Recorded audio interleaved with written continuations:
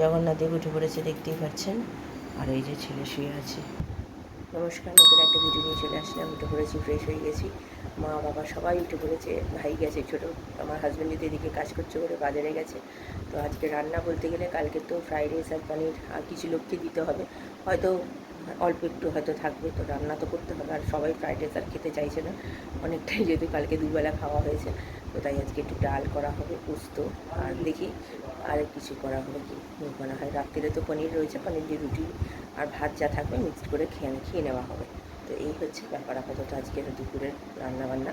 তো ছেলের আন্টি আসবে, ছেলেকে তুলবো, একটু পরে তুলবো, কারণ কি ছেলের আন্টি 11টার সময় আসবে। তো এখন শুয়েছে, দেরি করেই শুয়েছে কালকে সবার। তো কালকে তো রাত্রিবেলা আমার একটু শরীরটা খারাপ লাগছিলো, কারণ পেট ব্যথা করছিলো আমার। কারণ কি সারাদিন কালকে বলতে গেলে উপোস করেছিলাম, তারপরে বেলা করে খেয়েছি, ব্যাস আমার মানে অ্যাসিডিটির মতো হয়ে গেছিলো, পেট ব্যথা করছিলো। তারপরে আর তো রাত্রিবেলাতে কিছু খাইনি, তারপরে ভেবেছিলাম রাত্রিবেলা উঠেছি পৌনে একটার সময় খেতে, তো খেতে পারিনি। নিয়েছিলাম ফ্রাইড রাইস, নিয়ে তুলে রেখে দিয়েছি, কারণ দরকার নেই, থাক বাবা, খাবো না, আর এত রাত্রির হয়ে গেছে, পেট ব্যথা করছিলো তার মধ্যে, আর খাইনি, রেখে দিয়ে শুয়ে পড়েছি। তো যাই কি, ঠিক আছে চলুন, এখন আর কথা বাড়াচ্ছি না, মা বাইরে বসে আছে, তো আমি আবার পরে আসছি। এই দিকে দেখতেই পাচ্ছেন ডাল বসিয়ে দিয়েছি সেদ্ধ, মা কোটাকুটি করছে, পোস্তের আলু কাটছে। 9টা 15 বাজে, আমার হাজব্যান্ড বাজারে চলে গেছে, বেগুনে নুন আর মিষ্টি মাখিয়ে রাখছি, মাসি এসে মানে জামা কাপড় কাচতে পাঠিয়ে দিয়েছি। তারপরে পোস্তটা করবো, আর এখানেই দেখুন ব্যাস জল পড়তে শুরু করে দিয়েছি প্রেশার কুকার থেকে।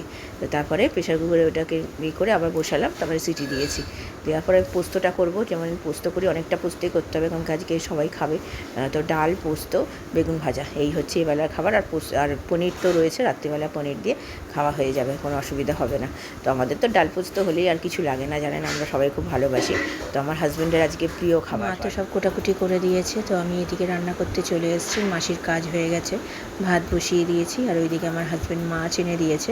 মাছ এনে দিয়েছে কাতলা মাছ, আজকে বেশি কিছু মাছ পাইনি, আর ঢাই মাছ নিয়ে এসছে, আর সবজি বাজার করে নিয়ে এসছে, ধুয়ে রেখে দিয়েছি, সেগুলো আর আপনাদের সাথে শেয়ার করতে পারিনি। তো ওইদিকে ডালটা সাদলে নিয়ে তারপরে মুগ ডাল করলাম, আর এখানে বেগুন ভাজা ভেজে নিচ্ছি, ডালের সাথে বেগুন ভাজা আর আলু পোস্ত করব। আজকে ঝিঙে দিয়ে আর পোস্ত করিনি, শুধু আলু পোস্ত করছি।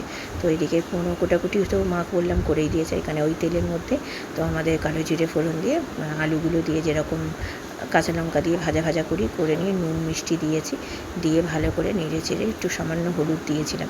আজকে হলুদটা একটু কম দিয়েছে, আমার বাবা মারা একটু হলুদ কম দেয়। তো যাই হোক, এখানে ভালো করে ভেজে নিয়ে জল দিয়ে নুন মিষ্টি করে দেখে পোস্ত দিয়ে, পোস্ত একটু রয়ে গেছে রেখে দিয়েছি, কালকে একটা কিছু করলে হয়ে যাবে, পোস্তটা উঠে যাবে। তো যাই হোক, আজকে সকালেই পোস্ত করেছি, সেটা তো আপনাদের সাথে শেয়ার করেছি। তো চলুন, ভালো মতো পোস্তটা করেছি আজকে। মা তো সবসময় করে, আজকে আমি করলাম, মা বলছিল করবে, আমি করতে দিইনি, মা অনেক খাটাখাটনি করে।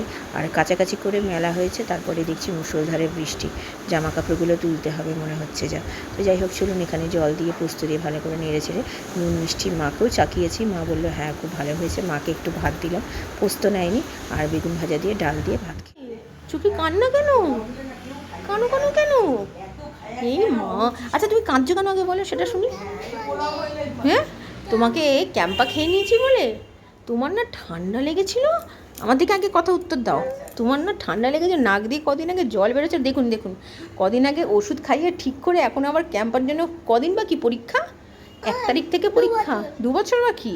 তোমার দেবো না তোমায় কান্নাকাটি করা।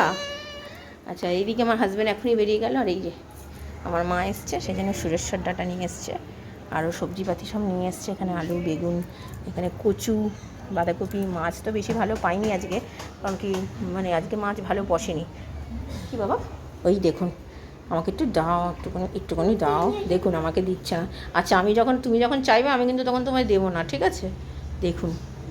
তো চলুন, এবার আমার গ্যাসটা পরিষ্কার করবো, এই তো দিয়েছে, ভেরি গুড, নিয়ে স্নান করতে। দিকে খাবার বাড়তে চলে আসলাম, আমার বাবাকে, মাকে আর আমরা সবাই একসাথেই বসে যাব, কারণ কি আজকে বিকেলবেলা আমার মাসি আর বৌদি আসার কথা, তাড়াতাড়ি করে খাওয়া দাওয়া করে নেবো। আর এখানে আমার ভাইয়ের জন্য ডাল তুলে রাখলাম, কালকে ও তো তাড়াতাড়ি বেরোয়, রান্না হয়ে ওঠে না, তাই পোস্ত ডাল তুলে রাখবো, ভাত করে দেবো তাড়াতাড়ি করে, ও খেয়ে বেরিয়ে যাবে, একটা মাছ ভেজে দেবো, তাই জন্য সব তুলে রাখলাম। আর আমাদের এই বেলার খাবার সব খাওয়া দাওয়া খেতে বসে গেছি, দেখতেই পাচ্ছেন। আর এখানে ছেলে বদমাশি শুরু করে দিয়েছে, মানে খাবে না এখন, তাড়াতাড়ি করে খাওয়া না, ও তাড়াতাড়ি করে খাবার আমাদের অভ্যেস নেই, আমাদের 2টো 2:30-টে খাই। তো এখানে আমার বাবা মা তো তাড়াতাড়ি খায়, তাই জন্য ও খাবে না করে বকাবকি করার পর বসেছে। এবার খেতে বসে একটা ফোড়ন ডালের ফোড়ন মনে হয় দাঁতে ফাঁকা আছে, সেখানটা লেগেছে, তাই ব্যথা হয়েছে। তাই আমি ওকে বলছি যে তাড়াতাড়ি করে খাও। আমি খাইয়ে দেবো বলছি, সেটাও খাবে না, বদমাইশি শুরু করে দিয়েছে। তো আন্টি তো সকালবেলা পুড়িয়ে গেছে, বিকেলবেলা আন্টি নেই, তাই বলছি খাওয়া দাওয়া করার পরে পড়াশোনাটা করে নেবে, যাতে সামনে পরীক্ষা 1 তারিখ থেকে। তো কী যে করবে কে জানে, যা গিয়ে দেখা যাক কী হয়।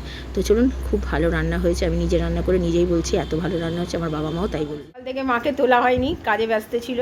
কেমন রান্না করেছে তোমার মেয়ে? খুব ভালো রান্না, ডাল পোস্ত ভালো হয়েছে? খুব ভালো হয়েছে। আর পোস্তটা কি তোমার মতো হয়েছে আদৌ? হ্যাঁ, আমার তো খুব ভালো। ওরে বাবা, এটা তো একটু বেশি বাড়াবাড়ি না, হয়ে না, গেল। ভালো হয়েছে, সত্যি ভালো। না, ভালো তো হয়েছেই, বাবাও তো বললো সেটা। তো এবার চলো শুয়ে পড়ো, একটুখানি রেস্ট নাও। মাকে রান্না করতে দিইনি আমি কিছু, কারণ কি মা তো বাড়িতে সবসময় করে। এসে মা কোটাকুটি করে দিয়েছে, এটাই অনেক। মা কোটাকুটি করে দিয়েছে বলে আমার তাড়াতাড়ি করে রান্না হয়ে গেছে আজকে। তো ঠিক আছে, চলুন মা শুক, পরে আসছি। এখন বাজে 2:05 বাকি, খাওয়া দাওয়া সেরে উঠলাম একটু আগে।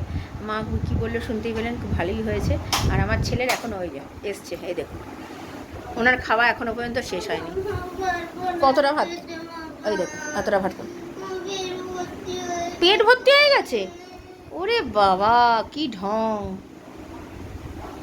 দেখতেই পেলেন তাহলে, ও খাওয়া নিজে আজকে, অন্যদিন কিন্তু খেয়ে নেয় পুরোপুরি, যেহেতু আজকে আমার বাবা মা আছে ওই জন্য বদমাশি শুরু করে দিয়েছে, খাবে না। আর এটা কে খাবে? মাকা চাকা ভাত খেতে ভাল লাগে?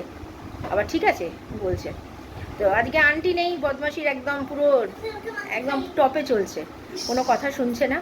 তো আমার মাকে বলছে খাও। আমার মা আবার আমার মতো মাকা চাকা একদম খেতে পারে না, তাও তো আমি খাই। আমার মা একদম ছোটোবেলায় আমরা যখন খেতাম, আমাদের ভালো খাবার থাকলে আমার মা খেত না, সে ফেলে দিত, আর না হয় আমাদেরকে জোর করে খাওয়াতো। তো যাই হোক, ঠিক আছে, চলুন এখন আপাতত একটু রেস্ট নিই। আমার বাবা ওই ঘরে বসে আছে। বাবা তো জানেন এই ঘরে অতটা থাকে না, ওই ঘরেই বসে থাকে, কারণ বাবা একটু নিরিবিলিতে থাকতে পছন্দ করে আমার মতো। তো যাই হোক, আমি একটু রেস্ট নিই। বিকেলবেলা আমি দেখি মাসিরা কখন আসে, রাত্রিবেলা একটু লুচি করাবো। মাসিরা যেহেতু আসবে, সব ভাই ভাত খেয়ে যায়নি। কি হলো? ভাত খেয়ে যায়নি, ওকে ফ্রাইড রাইস দিয়ে দিয়েছি। এখন হচ্ছে কথা, ফ্রাইড রাইসটা ভালো থাকলে হয়, কারণ কি ও যাবে নিয়ে ঢাকা দিয়ে, এবার কি হবে কে জানে। তো ঠিক আছে, চলুন এখন আর বেশি কথা বলছি না, চুল এখনও ভেজা, স্নান করে উঠেই খেতে দিতেই চলে গেছি। বাবা যেহেতু তাড়াতাড়ি খায় বাবা মা, তাই। তো আমি আবার পরে আসছি। বড় মাসিরা এসছে একটু আগে, তো এখানে রচা করে দিচ্ছি, আর বৌদিও আসবে। বৌদি এখন সিঙ্গারা নিয়ে আসছে, তো তার জন্য একটু দেরি হচ্ছে। তো এখানে রচা করে দিচ্ছি, আর আমি রচা করতে যাচ্ছি তখনই মাসিরা ঢুকেছে, তো সবার জন্যই রচা করে দিলাম। এই যে সিঙ্গারা নিয়ে এসছে, তো অনেকগুলো সিঙ্গারা নিয়ে এসছে। এখন দাদাকে বলা হয়েছে আসার কথা, এখন জানি না দাদা আসবে কি না। তো বললো হয়তো আসবে, আসতেও পারে, আবার নাও আসতে পারে। তো যা গিয়ে আমি রেখে দিচ্ছি সিঙ্গারা, আসলে দাদাকে দেবো, আর আমার হাজব্যান্ড আর ভাইয়ের জন্য রেখে দেবো। ওরা যদি খায় খাবে, নাহলে কালকে খাওয়া হয়ে যাবে। ছেলে এখানে সন্ধে দিতে বসে গেছে, দেখতেই পাচ্ছেন। এখন বাজে 6:30। আমার হাজব্যান্ড এসছে, এসে ও সিঙ্গারা খেয়ে বেরিয়ে যাবে। আমার মাসি, বাবা, মা, দাদা, বৌদি সব ওই ঘরে বসে গল্প করছে। এই ঘরে যেহেতু পাখা বন্ধ হবে, গরমে থাকতে পারবে না, আমি তাই বললাম ওইদিকে ওই ঘরে গিয়ে বসো, সন্ধেটা দেওয়া হয়ে যাক, তারপরে এখানে আসবে, এখানে এসে বসবে। তাই গেছে। চলে এসেছি, মাসি তো বেলে দিয়েছে, আর লুচি ভাজতে চলে এসেছি।